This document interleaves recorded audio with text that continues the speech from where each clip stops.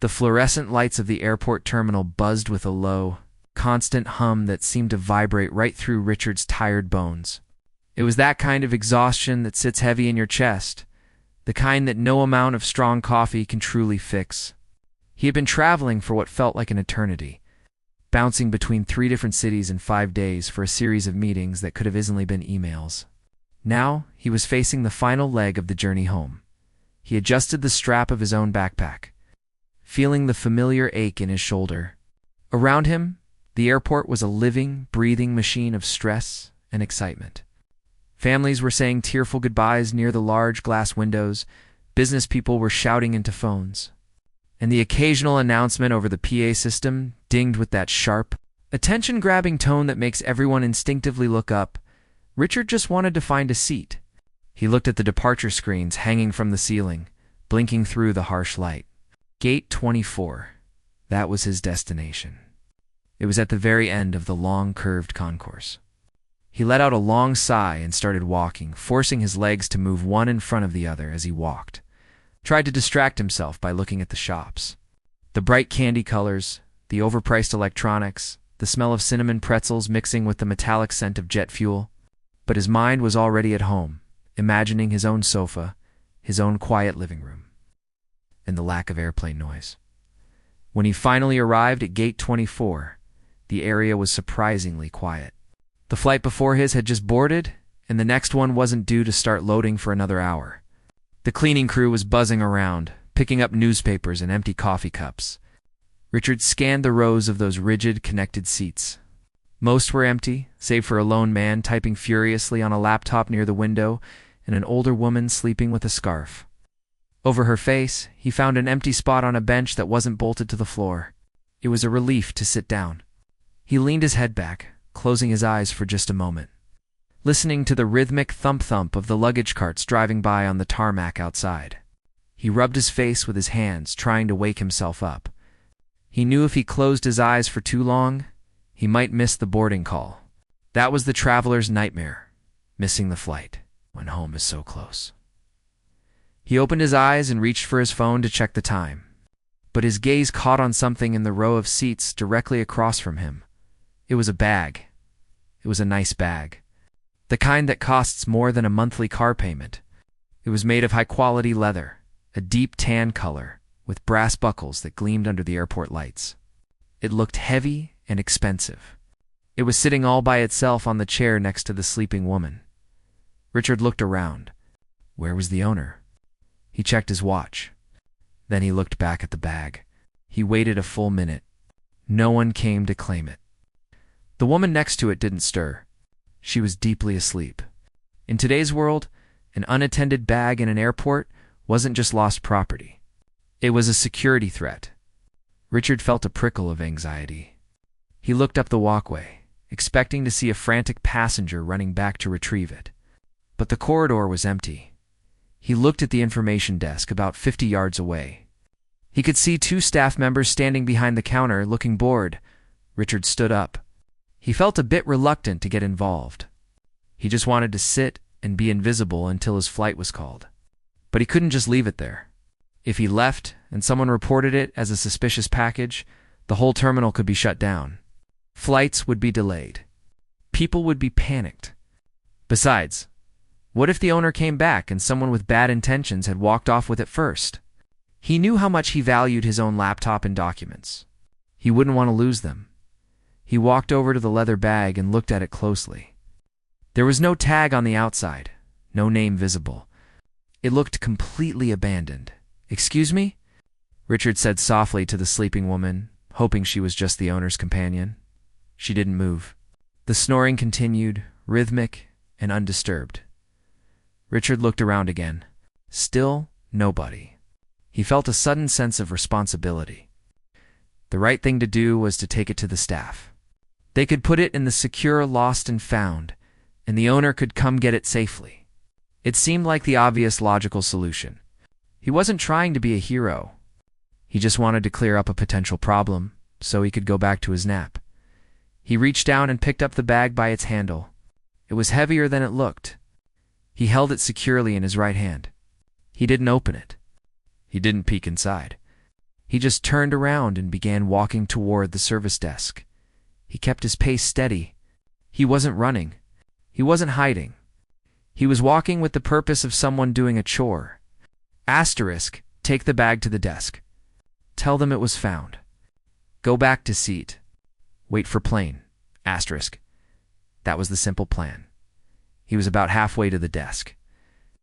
When he heard a shout, it wasn't a polite "excuse me." It was a scream. "Hey, that's mine." Richard stopped in his tracks, confused. He turned around, looking for the source of the voice. Down the hall, near the restrooms, a woman was running toward him. She looked frantic, her eyes wide, waving her hands in the air. She was dressed in business clothes, her jacket flapping behind her as she ran. Before Richard could even process what was happening, or explain that he was taking it to the desk, she was already screaming at the top of her lungs. "Help! Security! He's taking my bag. Stop him." Richard's heart sank. He looked at the bag in his hand, then back at the charging woman. He opened his mouth to speak, to say, "Ma'am, I found this over there. I was taking it to the desk," but the words didn't come out fast enough.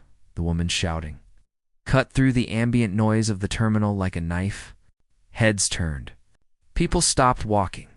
The man typing on his laptop looked up. The sleeping woman woke up with a start. Two airport security officers, who had been leaning against a pillar nearby drinking coffee, immediately pushed off the wall. They saw a woman chasing a man, screaming, "Stop him." They didn't ask questions. They didn't look for context. In their training, this was a theft in progress. One of the guards, a tall, broad man with a radio on his shoulder, began to run toward Richard. The other one reached for his belt, grabbing a pair of handcuffs. Richard stood frozen. He felt the blood drained from his face. This was a nightmare. He looked at the desk, so close yet suddenly so far away. He looked at the woman, who was now pointing an accusing finger directly at him.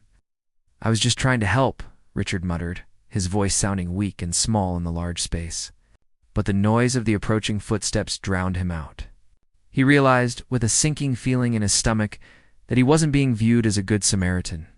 To everyone watching, to the guards running at him, and to the screaming woman, he was just a man caught red-handed. The good intention he had in his head was invisible to the outside world. All they saw was the act of picking up the bag and walking away. The tall guard reached him first, grabbing Richard firmly by the arm. "Put the bag down," the guard barked. His face inches from Richard's. "Found it," Richard stammered, his hands shaking slightly as he tried to hold the bag out to show he wasn't hiding it. "It was sitting over there. I said put it down now," the guard shouted, twisting Richard's arm behind his back. The bag fell to the tiled floor with a heavy thud. The woman caught up, breathless and red-faced, looming over him.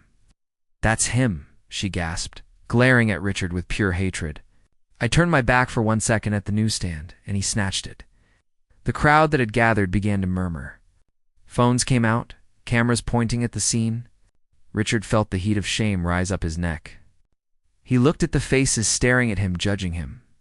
He was no longer a tired businessman wanting to go home. He was a criminal in their eyes, and there was nothing he could do to stop it. The grip on Richard's arm was like a vice. It wasn't just a hold. It was a punishment before any crime had been proven. The security officer didn't care about comfort. He twisted Richard's wrist upward, forcing him to bend forward to relieve the pressure in his shoulder. The pain shot up his neck, sharp and hot. "I told you," Richard gritted through his teeth, trying to look back at the officer, but the man pushed his head down. "I was taking it to the desk. It was left unattended." "Save it," the guard barked. He didn't look at Richard's face.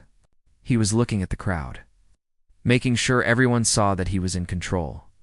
The woman who had been screaming was now standing a few feet away, clutching her chest as if she had just run a marathon. Her face was flushed a deep shade of crimson.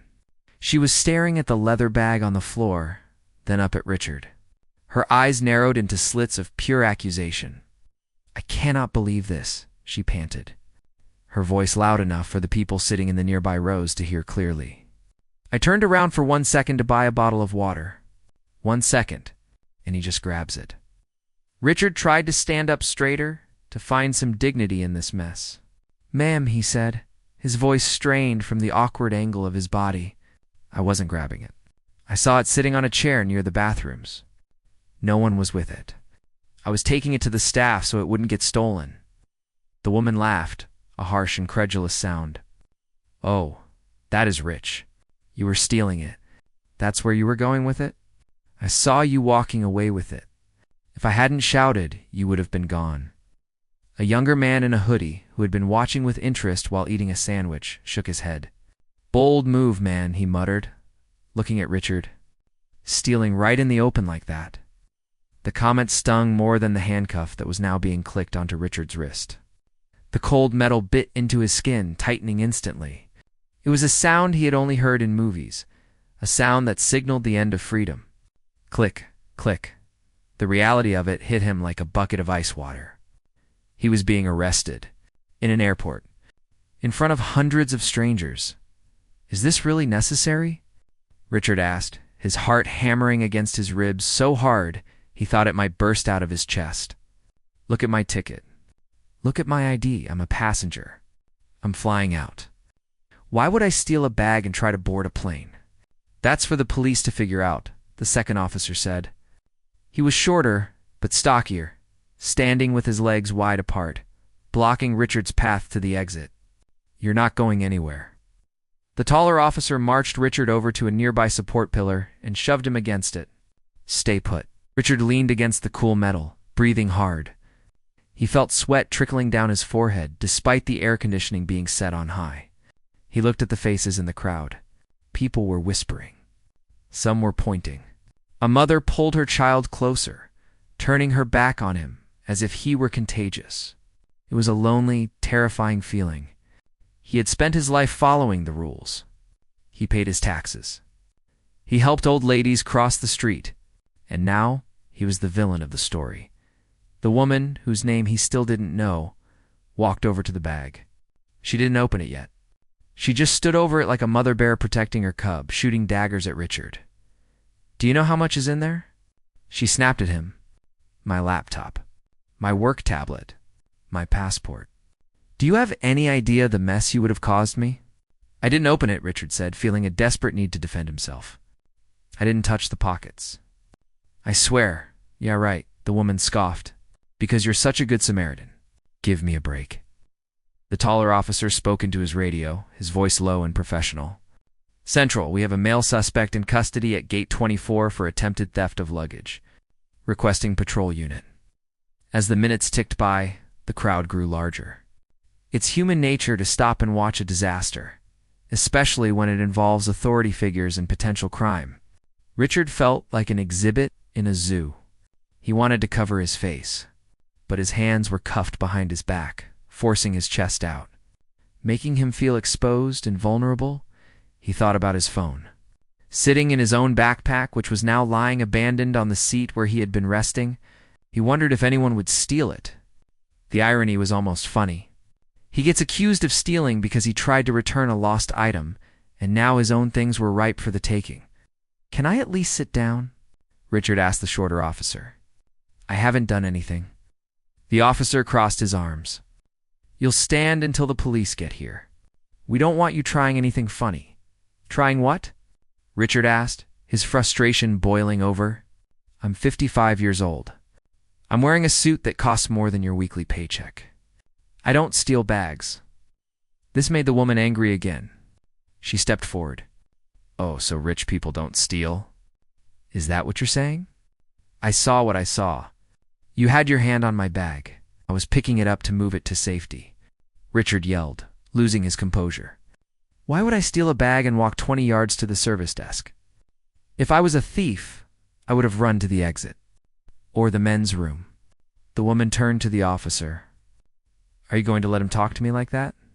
He's the criminal here." The officer stepped between them. "Sir, calm down. You're just making it worse. Calm down." Richard let out a dry, humorless laugh. "I'm being treated like a common criminal for trying to help. This is insane." The noise of the terminal seemed to fade away, replaced by the loud thumping of blood in Richard's ears. He looked at the departure board hanging above the gate. His flight time was getting closer. He was going to miss it. He was going to miss his ride home. He was probably going to spend the night in a holding cell, explaining to bored detectives why he touched a stranger's luggage. It sounded ridiculous even in his own head. Just then, a young airport employee in a yellow vest, who looked like she was barely out of high school, approached cautiously. She had a clipboard in her hand and looked nervous. "Excuse me," she said to the tall officer. "Is this the situation?" The officer nodded. "Witnesses." "Sort of," she said. "I work at the coffee stand right there. I saw him pick up the bag." The woman's eyes lit up. "See, tell them." The girl hesitated.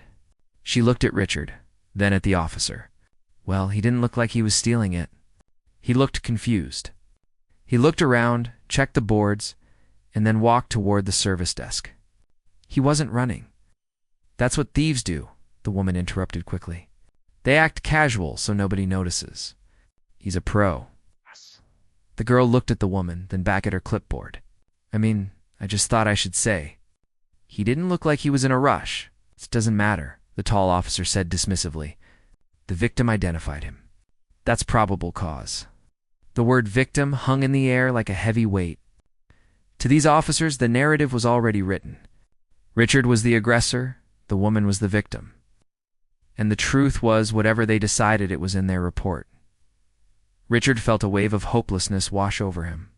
Logic wasn't going to work here. The truth was buried under the weight of a woman's panic and the strict protocol of security staff who were trained to assume the worst. Suddenly, the sound of sirens wailed in the distance, growing louder as they approached the terminal entrance. The real police were coming. This moved from an airport security issue to a legal matter. Richard's stomach churned. He knew how the system worked, or at least how he feared it worked. Once you were in the system, it was hard to get out. You were processed, fingerprinted, photographed. You became a file number. The shorter officer grabbed Richard by the arm again. "Okay, let's go. They're meeting us at the curb." He marched Richard away from the seating area, past the rows of judging eyes. He walked him down the long corridor, the squeak of their shoes echoing on the floor. The woman followed a few steps behind, still clutching her recovered bag, and looking smug that justice was being served. As they walked, Richard looked out the window at the tarmac. He saw a massive plane being pushed back from the gate, the engines roaring to life. He used to love that sound. It meant adventure. It meant business. It meant going somewhere. Now it just felt like a barrier between him and his real life. He was trapped in a glass box, accused of a crime he didn't commit, with no way to prove it unless someone, somewhere, decided to actually listen to him instead of just watching him. Asterisk the walk to the airport police. Substation felt like the longest walk of Richard's life. It wasn't a long distance physically. It's just down a service elevator and a short corridor behind the ticket counters, but emotionally. It felt like he was marching to the gallows. The handcuffs had cut off circulation to his fingers, and his hands were starting to swell. Every step was accompanied by the jingling of the metal, a sound that seemed to announce to the world, criminal coming through. They passed through a set of double doors marked authorized personnel only, leaving the bright lights and cheerful announcements of the terminal behind. The air back here smelled of floor wax and old coffee. It was quieter, but the silence was heavy. The two airport security guards didn't speak to him. They just marched him forward, gripping his elbows firmly. They entered a small, windowless room that looked more like a closet than an office. There was a metal table bolted to the floor, a chair on either side, and a camera mounted in the corner blinking with a red light. It was cold and sterile. "Sit," the shorter guard barked, pushing Richard down into the chair. Richard sat, wincing as the handcuffs dug into his lower back. He tried to shift his weight, but there was no comfortable position. "Just wait here," the tall guard said. "The city police are on their way." They left the room, closing the heavy steel door with a loud thud that echoed in the small space. Richard was alone. He let out a long, shaky breath, the kind you've been holding in for too long. He looked around the gray room. This was it. This was where innocent people went when the world got it wrong. He felt a lump form in his throat, but he swallowed it hard. He wouldn't cry. He wouldn't give them the satisfaction. Minutes ticked by, turning into what felt like hours. Richard had no watch and his phone was gone, so time was a blur. He stared at a scratch on the metal table, tracing it with his eyes. He thought about his wife, Alina. She was probably at home wondering why he wasn't answering his phone. She would be worried sick. Or maybe she would think he was just busy and forgot to call. The idea that she might be sitting at the dinner table waiting for him while he sat in a detention cell broke his heart. He rehearsed what he would say to the police. I am innocent. I saw an unattended bag. I was taking it to the lost and found. It was a mistake. It sounded so simple, so logical. But he knew how people looked when they made up their minds about someone. They saw what they wanted to see. To the woman outside, he was a thief. To the guards, he was a job. To the police coming in, he would just be another case file. Finally, the door opened. A man in a uniform walked in. He wasn't an airport security guard. He was a real police officer. He had a gun on his hip and a badge that shone under the fluorescent lights. He looked tired, his face lined with exhaustion, like he had seen too much trouble in one shift. Behind him, the woman walked in. She was still holding the expensive leather bag, but she looked less frantic now and more angry. Her arms were crossed tight against her chest. All right, the police officer said, pulling out a notebook and clicking a pen. He didn't look at Richard with kindness, but he didn't look with hate either. He looked bored. Let's hear what? Richard asked, his voice raspy. The lady here says you grabbed her bag from near the restrooms and tried to run off with it, the officer said, glancing at the woman. I didn't try to run, Richard said quickly, leaning forward. Officer, listen to me. I was sitting at gate 24. I saw this bag on a chair. It was completely alone. The woman next to it was asleep. She wasn't asleep.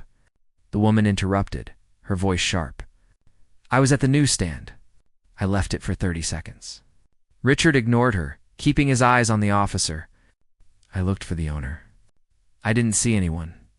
We're in an airport. An unattended bag is a security risk. I didn't want to leave it there. I picked it up to take it to the service desk 50 feet away. That's it. The officer raised an eyebrow. So you admit you took it?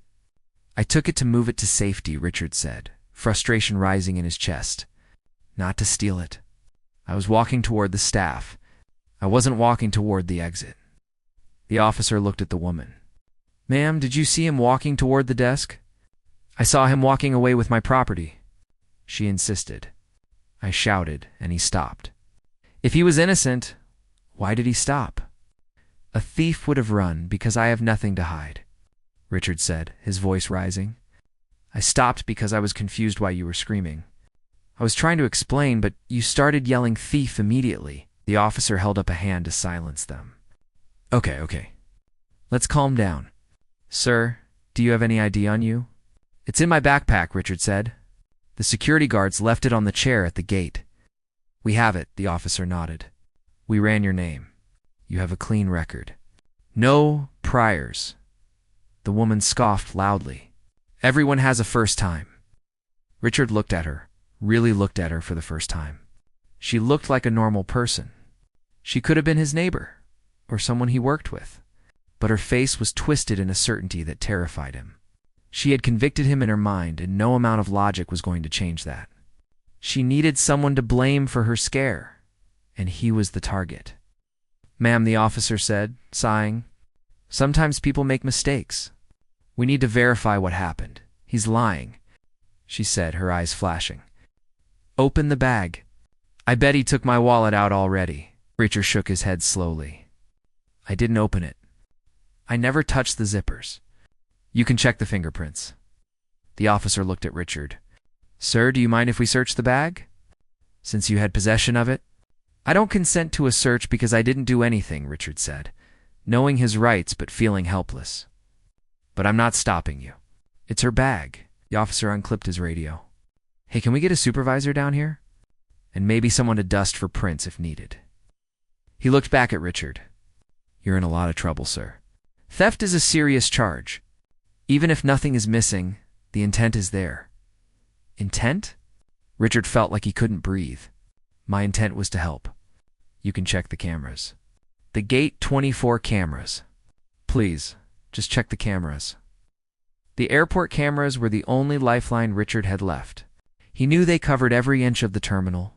They would show him looking around confused. They would show him checking the flight board to see where the gate agent was. They would show him walking straight to the service desk, not away from it. The officer looked unimpressed. We'll look into the footage, but that takes time. In the meantime, we have to process this. He pulled out a form and started writing. I'm going to have to cite you for attempted theft and place you under arrest until we can sort this out. Arrest. The word hung in the air. It meant a mugshot. It meant fingerprints. It meant a permanent record, even if he was found innocent later. The accusation would stain his name. He could lose his job. He worked in finance. A theft charge, even a dropped one, could ruin his career. Officer, please, Richard begged, the anger draining out of him, replaced by pure desperation. I'm supposed to be on a plane. I have a meeting tomorrow morning. My wife is waiting. This is a misunderstanding. Please, just look at the video. The woman interrupted again, pointing a finger at Richard. Don't listen to him. He's trying to charm you. That's what they do. He saw my bag, saw it was expensive, and took a chance. He's just sorry he got caught. She turned to the officer. I want to press charges. I want him to pay for what he put me through. The officer nodded slowly. We'll see what the investigation turns up. Richard sat back in the hard metal chair, the cold steel pressing against his spine. He looked at the closed door, then at the officer who was filling out paperwork with mechanical efficiency. He looked at the woman, who was glaring at him with self-righteous fury. It felt like a nightmare where you scream but no sound comes out. He was trapped in a room with two people who had already decided his guilt. The only person who could save him was a security manager watching a monitor in a dark room somewhere else. Miles away from this suffocating little box. Richard closed his eyes for a second, praying that the cameras were working, praying that someone would actually look before it was too late. Because right now, the truth was losing. It was losing badly. Asterisk, the air in the small, windowless room grew heavier with every passing minute. Richard sat with his head in his hands, his elbows resting on the cold metal table. The initial surge of adrenaline had faded away, leaving him feeling drained and hollow. The police officer was still standing near the door, flipping through a small notepad, occasionally tapping his pen against his chin. The woman, whose bag had caused all this trouble, was pacing back and forth. The click-clack of her heels on the linoleum floor was the only sound in the room. Aside from the hum of the fluorescent lights, she stopped every few seconds to glare at Richard, as if she was trying to make his head explode with her mind. I just can't get over it, she said, breaking the silence. She wasn't talking to the officer, really, just talking to hear her own outrage. I travel every week for work. I am always careful. And you think you can just grab someone's property? Richard lifted his head slowly. For the third time, I wasn't stealing your bag. You were running away with it. She snapped, her voice sharp and shrill. I was walking to the desk, Richard said, his voice flat and tired. He didn't have the energy to yell anymore. The desk was right there. Why would I steal a bag and then walk toward the person who could stop me? To blend in, she said confidently. It's a classic tactic. Act like you belong, and nobody questions you. The police officer sighed, clearly tired of the bickering. Ma'am, please. Let us do the investigating. He looked at Richard. Sir, we are going to have to search the bag to make sure nothing is missing. It's standard procedure. I have no problem with that, Richard said, leaning back. I told you I didn't open it. The officer nodded and motioned for the woman to bring the bag to the table. She placed it down gently, almost lovingly, and unbuckled the straps. The leather creaked as she opened the main flap. Wallet is here, she said, pulling out a brown leather purse. Passport is here. She held it up like a trophy. Tablet is here. She continued to pull out items: a makeup bag, a stack of documents, a bottle of water. Each item she placed on the table made Richard feel a tiny bit better, but also more frustrated. It was proof that he hadn't done anything, but he could tell she wasn't going to admit she was wrong. She would probably say he didn't have time to take anything yet. Everything seems to be there, the officer said, writing something down. Of course it is, the woman said, shooting a look at Richard. Because we caught him. Richard closed his eyes. He felt like he was banging his head against a brick wall. Logic wasn't working. The truth wasn't working. He was stuck in a narrative written by a panicked woman. Just then, the door to the room swung open. A man in a suit walked in. He was older, with gray hair and a weary face that looked like it had seen thousands of travelers lose their tempers. He wore a badge on his belt that said Airport Security Manager. Officer, the manager said, nodding at the policeman. He turned his attention to the woman. I'm the shift supervisor. About time, she huffed. I want to file a formal complaint. I want this man arrested. The manager held up a hand. We are processing that. But I need to clarify a few things. We've been reviewing the CCTV footage from Gate 24. Richard sat up straighter. His heart gave a little flutter of hope. This was it. The cameras. The silent witness that didn't panic and didn't jump to conclusions. And, the woman asked, crossing her arms. I bet it shows him grabbing it. Shows him picking it up, the manager admitted. He looked down at a tablet computer he was holding. He swiped the screen a few times. See? She pointed at Richard. I told you. Wait, the manager said, his voice calm but firm. Let me finish. It shows him picking it up, but it also shows what he did before and after. He turned the tablet around so they could all see the screen. It was a grainy black and white video, but the movement was clear. Here's the timeline, the manager said, using a stylus to point at the screen. At 10:04 a.m., you left the bag near the restrooms and walked to the newsstand. You were gone for approximately 4 minutes. I was just buying water, she argued. I'm not judging, the manager said neutrally. At 10:05 a.m., a cleaning crew walked by. They didn't touch it. At 10:06 a.m., our suspect, Mr. Richard here, sat down across from it. They all watched the tiny pixelated figure of Richard on the screen. He looked around. He checked his watch. He looks nervous, the woman muttered. He looks observant, the manager corrected. Now watch this. The video showed Richard stand up. He didn't snatch the bag. He leaned over, looked at it, checked left, checked right. He even looked up at the departure board hanging from the ceiling. There the manager tapped the screen. He checks the flight information board. Then he picks up the bag. He swiped to the next clip. Now the camera from the next angle. Watch his feet. The video played. Richard picked up the bag. He didn't shove it under his coat. He didn't hide it. He held it visibly in his right hand. He turned away from the main exit ramps. He's walking away from the security checkpoint and the train station, the manager narrated. He is walking directly toward the ground staff service desk. They watched Richard walk. He took 15 steps. Suddenly on the video, the woman came running into the frame. She wasn't running from the newsstand. She was running from the side. She screamed. Richard stopped and turned around, looking confused. He stopped immediately, the manager pointed out. He didn't try to flee. He didn't drop the bag and run. He stood there and waited for you. The room went silent. The only sound was the buzzing of the lights. The officer leaned in closer to the screen, watching the loop a second time. He grunted. Huh, you're right. He was heading to the desk. If he was stealing it, he would have gone left toward the parking garage, not right toward the staff. The woman's face started to turn a shade of pink that rivaled her anger from before. Her mouth opened, then closed. She looked from the screen to Richard, then back to the screen. Well, he could have changed his mind. She stammered. Maybe he saw me coming and acted like he was going to the desk. Ma'am, the manager said, lowering the tablet. He was halfway to the desk before he even entered the hallway. He couldn't have seen you coming. Richard felt a massive weight lift off his shoulders. It was working. The video was speaking for him. He wanted to jump up and shout, I told you so. But he held back. He just let the truth sit there. It's undeniable and clear on the screen. The police officer looked at Richard. Really looked at him for the first time without suspicion. Well, this changes things. There's no intent to steal if he was heading to turn it in. He was just trying to do the right thing, the manager said. He looked at the woman. And frankly, ma'am, leaving a bag unattended for 4 minutes in a secure area is a violation of TSA regulations.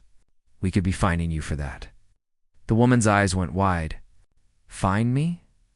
I was the victim here?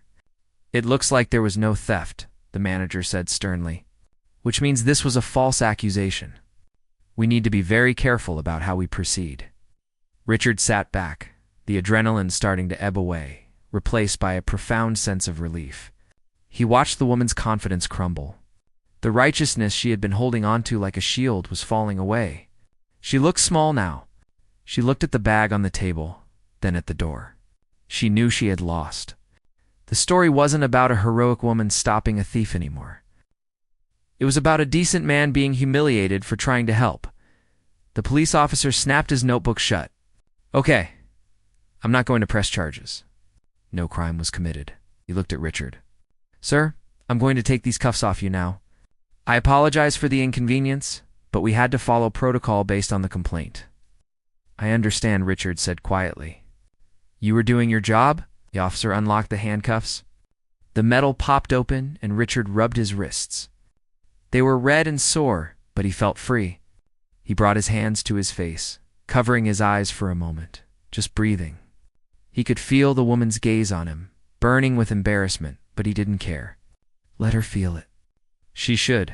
So, the manager said, breaking the awkward silence. I assume you still want to catch that flight? I think we can hold the door for a few minutes if you run. Richard looked up, a small, tired smile forming on his lips. Yeah, I really need to get home. The silence in the small room was deafening, but it was a different kind of quiet than before. It wasn't the heavy, suffocating silence of an accusation. It was the awkward, buzzing silence of a mistake hanging in the air. Richard rubbed his wrists, trying to massage away the soreness where the cold metal had bitten into his skin. He looked at the woman. She wasn't looking at him. She was looking at the floor, her face flushed a deep shade of red. The arrogance was gone, replaced by the crushing weight of embarrassment. The police officer snapped his notebook shut and tucked his pen away. He looked a bit uncomfortable, shifting his weight from one foot to the other. Well, that clears that up, he muttered. Sir, again, I apologize. But we have to respond when someone screams for help. I know, Richard said, his voice hoarse. You were just doing your job. I don't blame you. He stood up slowly. His legs felt stiff and his back ached from the tension. He smoothed down the front of his suit jacket, trying to regain some semblance of dignity. It felt strange to be standing there as a free man again. Just minutes after being treated like a criminal, the manager cleared his throat. I can walk you back to the gate. If we hurry, they might not have closed the jet bridge door yet. Q, Richard said. He picked up his backpack from the corner where the security guards had tossed it earlier. He walked toward the door. But he stopped. He looked back at the woman. She was still standing by the table, one hand resting on her expensive leather bag. She looked small. Richard took a deep breath. He was angry. He was furious, actually. He had missed part of his life. He had been handcuffed, and he had been humiliated because she was too quick to judge. But screaming at her wasn't going to give him that time back. It wasn't going to fix anything. I hope your trip goes better from here on out, Richard said quietly. The woman's head snapped up. She looked at him with wide, watery eyes. She stammered. She couldn't seem to get the words out. She wanted to apologize. He could see it on her face, but the shame was choking her. She just nodded slightly, a barely perceptible movement. Richard nodded back and turned around. He followed the manager out of the room, leaving the woman alone with her guilt and her bag. Walking back into the main terminal felt like stepping out of a dark cave into the sunlight. The noise of the airport, the rolling wheels, the PA announcements, the chatter of families hit him all at once. It was chaotic, but it was normal. He wasn't a suspect anymore. He was just another tired traveler. The manager walked fast, leading the way through the crowd. People parted to let them pass. Richard kept his head down, not wanting to make eye contact with anyone. just in case they had been part of the crowd earlier watching the scene. I'll have a word with the gate agent, the manager said as they approached gate 24. Make sure they hold the plane for a minute. Thank you, Richard said again. I appreciate you checking the cameras. If you hadn't done that, the manager shook his head. Don't mention it. We see a lot of crazy things here. Usually, it is theft. But every now and then, it's just a misunderstanding. I'm glad we got to the truth. They arrived at the gate. The door to the jet bridge was still open. But the agent was standing there looking at her watch, looking ready to pull the lever and close it. He's here, the manager called out, flashing his badge. Let him on. The gate agent looked at Richard, then at the manager, and nodded. She scanned his boarding pass with a beep. Have a good flight, sir. Richard walked down the narrow carpeted tunnel that led to the plane. The air grew cooler and smelled of jet fuel and recycled air. He stepped into the cabin and squeezed past the flight attendants, who were busy checking safety belts. He found his seat in row 18. He was sweaty. He was exhausted, and he desperately needed to brush his teeth. He collapsed into the narrow seat, letting his head fall back against the headrest. Excuse me, said the man sitting next to him. He was a younger guy wearing headphones, looking annoyed that Richard was blocking the aisle. Are you the guy they stopped? Richard closed his eyes for a second. He didn't want to talk about it. He didn't want to relive it. He just wanted to disappear. Yeah, Richard said softly, unbuckling his belt so he could sit down. That was me. The guy pulled his headphones down, looking interested. I saw you getting handcuffed from the window. They said on the PA there was a security incident. Did you actually steal it? Richard looked at the man. He thought about the cameras. He thought about the video. He thought about the look on the woman's face. No, Richard said, a small, tired smile touching his lips. I was just trying to return it. The guy looked surprised, then impressed. Wow, that's rough, man. The world is crazy these days. You can't even do a good deed without getting arrested. Yeah, Richard said, looking out the window at the tarmac. It is crazy. The plane began to push back from the gate. The safety video came on the screens, the cheery, animated characters demonstrating how to fasten a seatbelt. Richard watched the screen without really seeing it. He reached into his pocket and pulled out his phone. He had a text message from his wife, Alina. *, call me when you land. Miss you? *. He typed back a quick reply. * on the plane. Can't wait to be home. *. He put the phone away and closed his eyes as the engines roared to life, pressing him back into the seat. The plane lifted off the ground, leaving the airport, the security guards, the police, and the angry woman far below. As the city lights turned into tiny specks in the darkness, Richard finally let his muscles relax. The truth had come out. He was going home. And for now, that was enough.